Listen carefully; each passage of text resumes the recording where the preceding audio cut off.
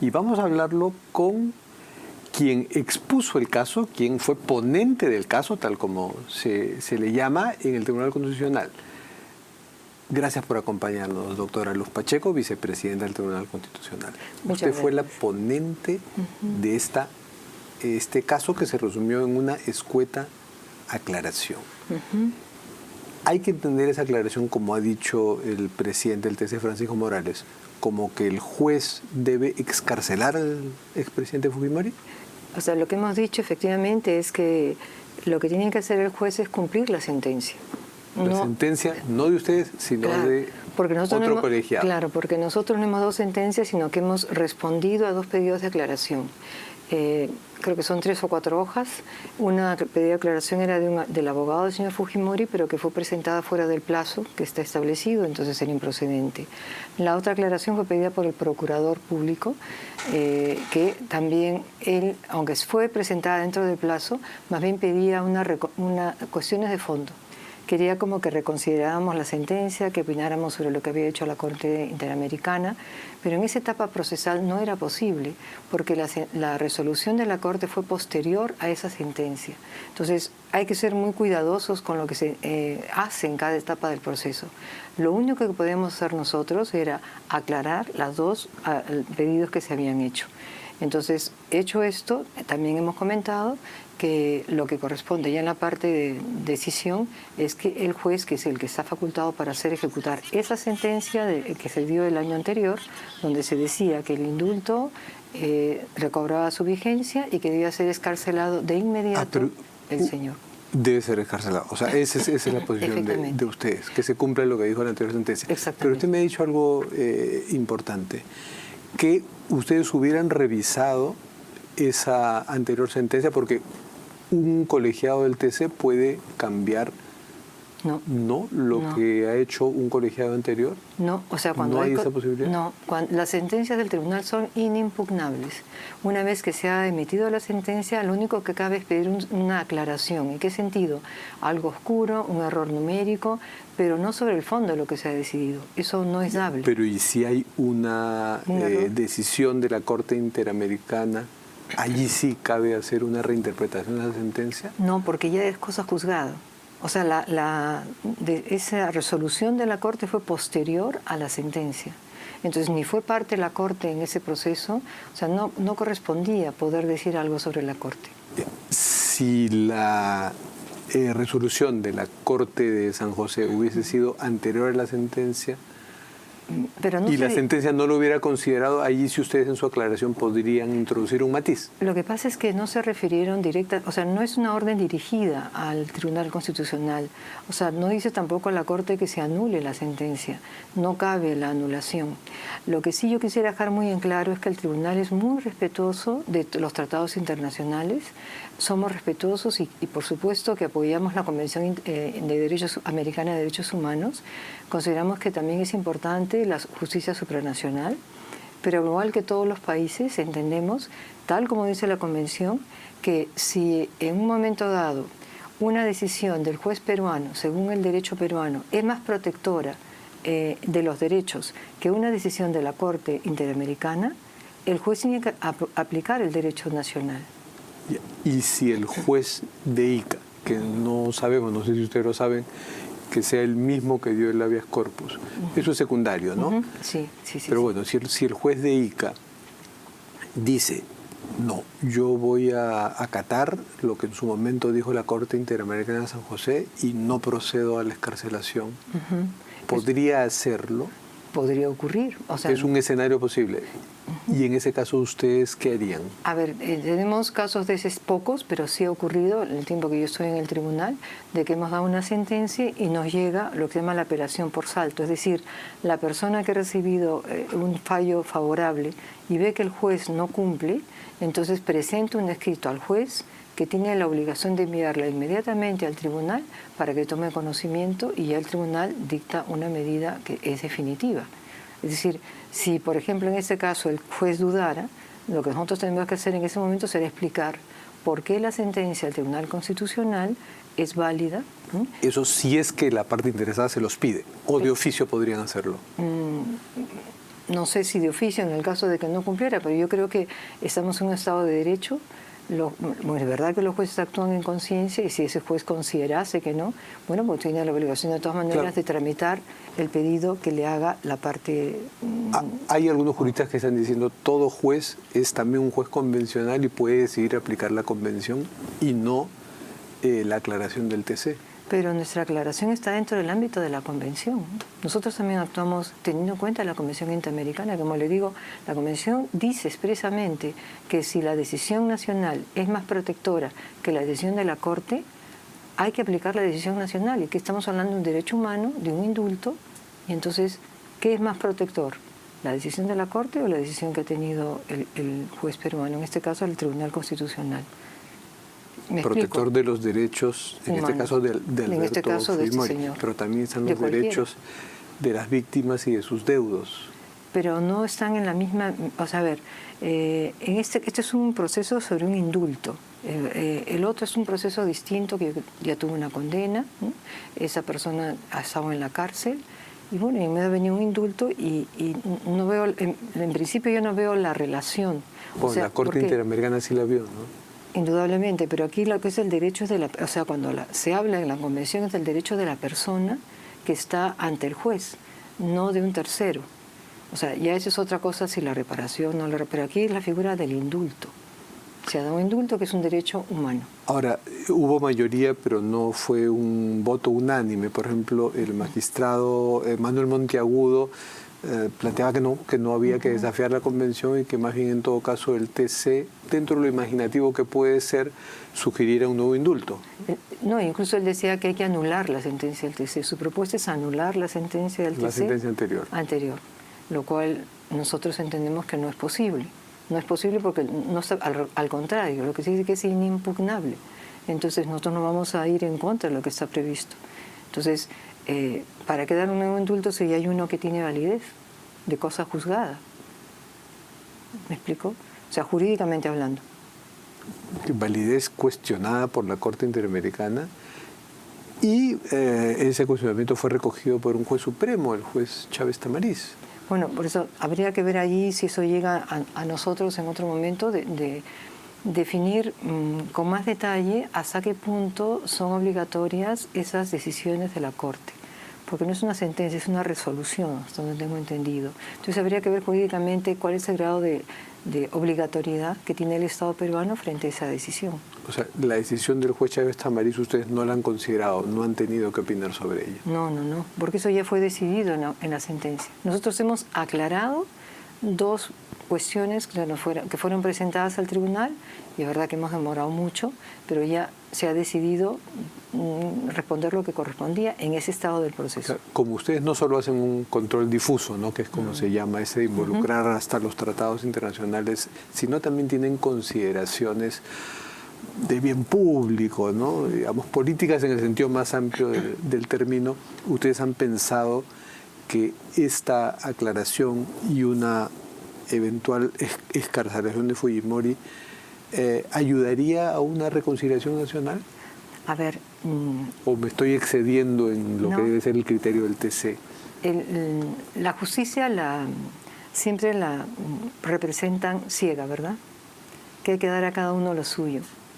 Cuando hace unos meses o el año pasado hubo esta sentencia por la rehabilitación de los terroristas, pues mucha gente se rasgó las vestiduras, ¿no? Que ¿por qué a un terrorista le vas a reconocer? Bueno, si la Constitución la reconoce, nosotros tenemos que reconocérselo. En el caso del señor Fujimori, si el derecho se lo reconoce, sea Fujimori, sea quien sea, hay que dárselo.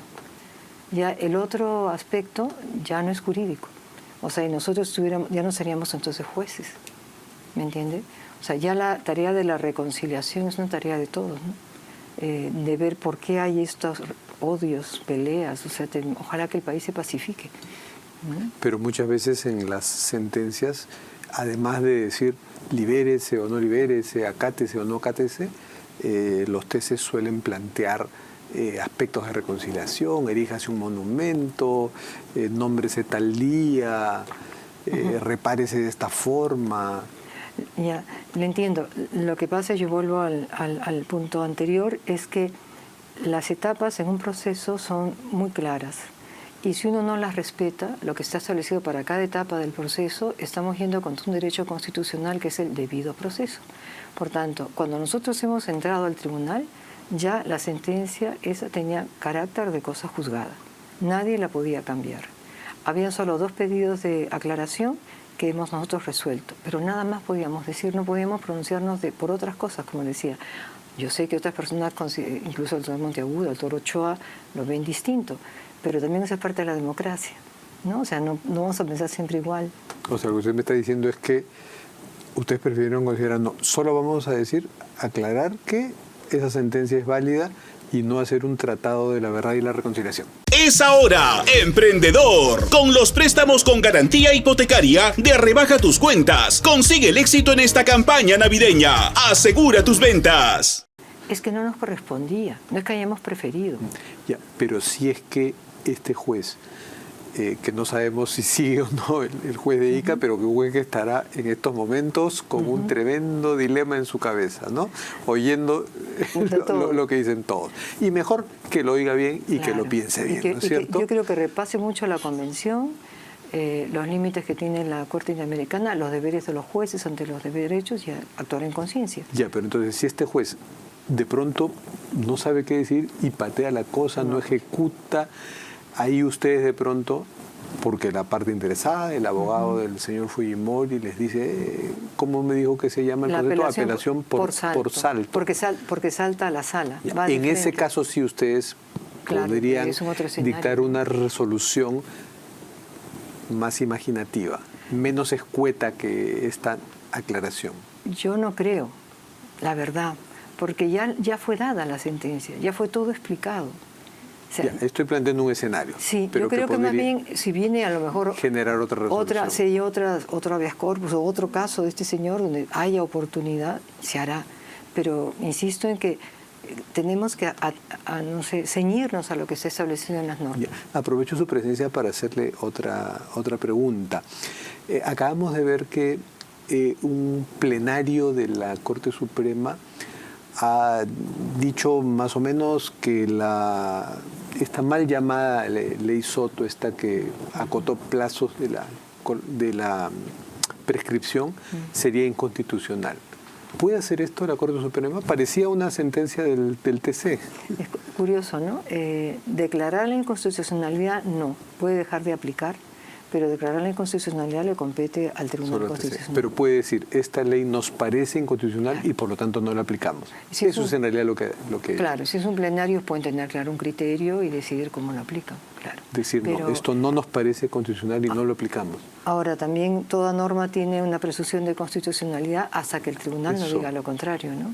En un caso concreto, habrá que ver, pero... ¿Y sobre esa ley se les ha planteado a ustedes alguna consulta, un amparo? No, todavía nada. No. Pero ya que la Sala Suprema está haciendo esta interpretación, ¿ustedes podrían...?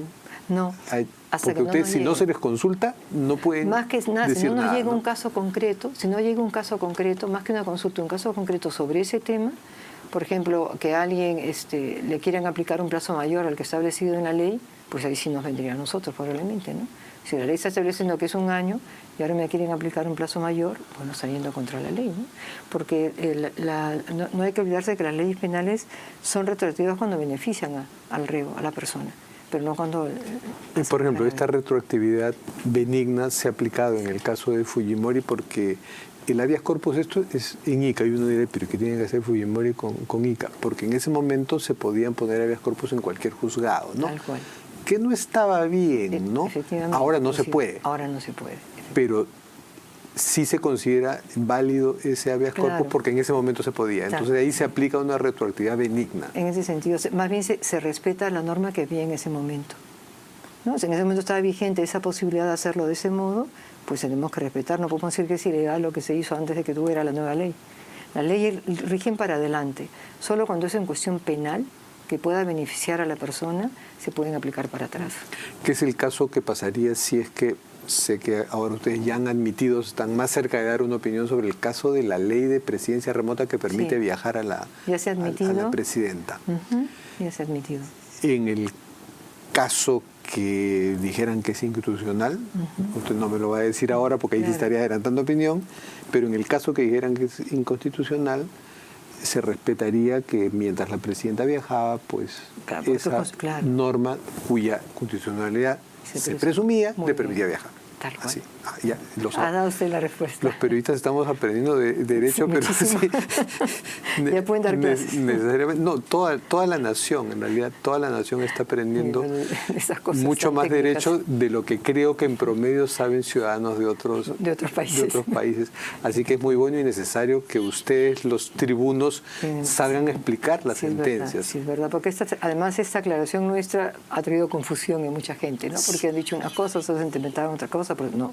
Hay que salir a aclarar cuál es el verdadero sentido. Y no nos hemos lavado las manos, como han dicho algunos, dejarle al juez que decida el problema. No, está clarísimo en la sentencia lo que tiene que hacer. Sí, no, celebramos que sea así.